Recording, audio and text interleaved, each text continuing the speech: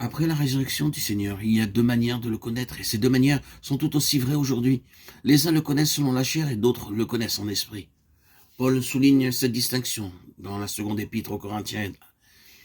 Il déclare: quel rapport y a-t-il entre le temple de Dieu et les idoles?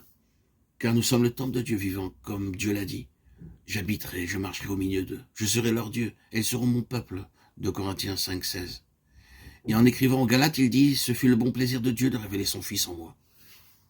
Voyons donc quelques exemples de la parole de Dieu pour nous permettre de faire cette distinction et pour nous indiquer comment nous devons chercher à connaître le Seigneur.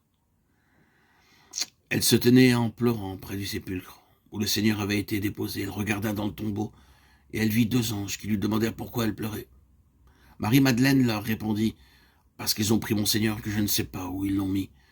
Dès qu'elle eut prononcé ces paroles, elle se retourna et se trouva face à face avec le Seigneur. La parole déclare: elle se retourna et vit Jésus debout. Mais elle ne savait pas que c'était Jésus. Incroyable mais vrai. Marie-Madeleine, qui connaissait le Seigneur depuis des années, qui l'avait suivi de près, se trouvait face à face avec celui qu'elle connaissait et qu'elle aimait par-dessus tout, et cependant elle ne le reconnaissait pas. Comment se pouvait-il que, le connaissant si intimement, elle n'ait pas été capable de le reconnaître? La raison n'était que celui qu'elle connaissait si bien était passé par la mort et par la résurrection. Le corps naturel qui lui permettait de le connaître avec ses facultés naturelles était passé par la mort et avait été enseveli. Et celui qui maintenant se tenait devant elle, alors qu'il était toujours ce même Jésus, était maintenant le Seigneur ressuscité, qui ne pouvait être connu par aucun moyen naturel. Il lui fallait maintenant le connaître d'une autre manière. Le Jésus historique qu'elle était accoutumée à connaître en le regardant, en l'entendant et en le touchant, était mort sur la croix du calvaire, et le Seigneur ressuscité ne pouvait plus être connu de cette façon. Il ne pouvait plus maintenant être connu selon la chair. Il pouvait seulement être connu dans l'esprit. Quand Marie-Madeleine continuait à le regarder avec tristesse, il lui dit: femme, pourquoi pleures-tu? Qui cherches-tu? Les yeux de Marie ne l'avaient pas reconnu. Maintenant, en entendant sa voix, elle se méprenait, pensant que c'était le jardinier. Elle lui dit: Seigneur, si c'est toi qui l'as emporté, dis-moi où tu l'as mis, et je le prendrai.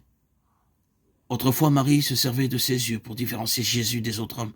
Ses yeux étaient-ils perdus de leur acuité? Avaient-ils perdu cette force commune à tout être humain, à toute l'humanité? Elle avait utilisé ses oreilles pour distinguer sa voix parmi la multitude des autres voix, telles que nous utilisons ce sens nous-mêmes.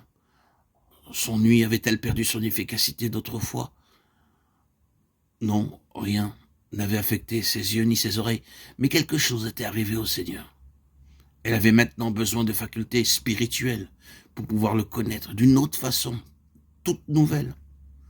Alors Jésus l'appela par son nom, et lorsqu'il dit Marie, aussitôt elle le reconnut, et un joyeux Rabouni se fit alors entendre.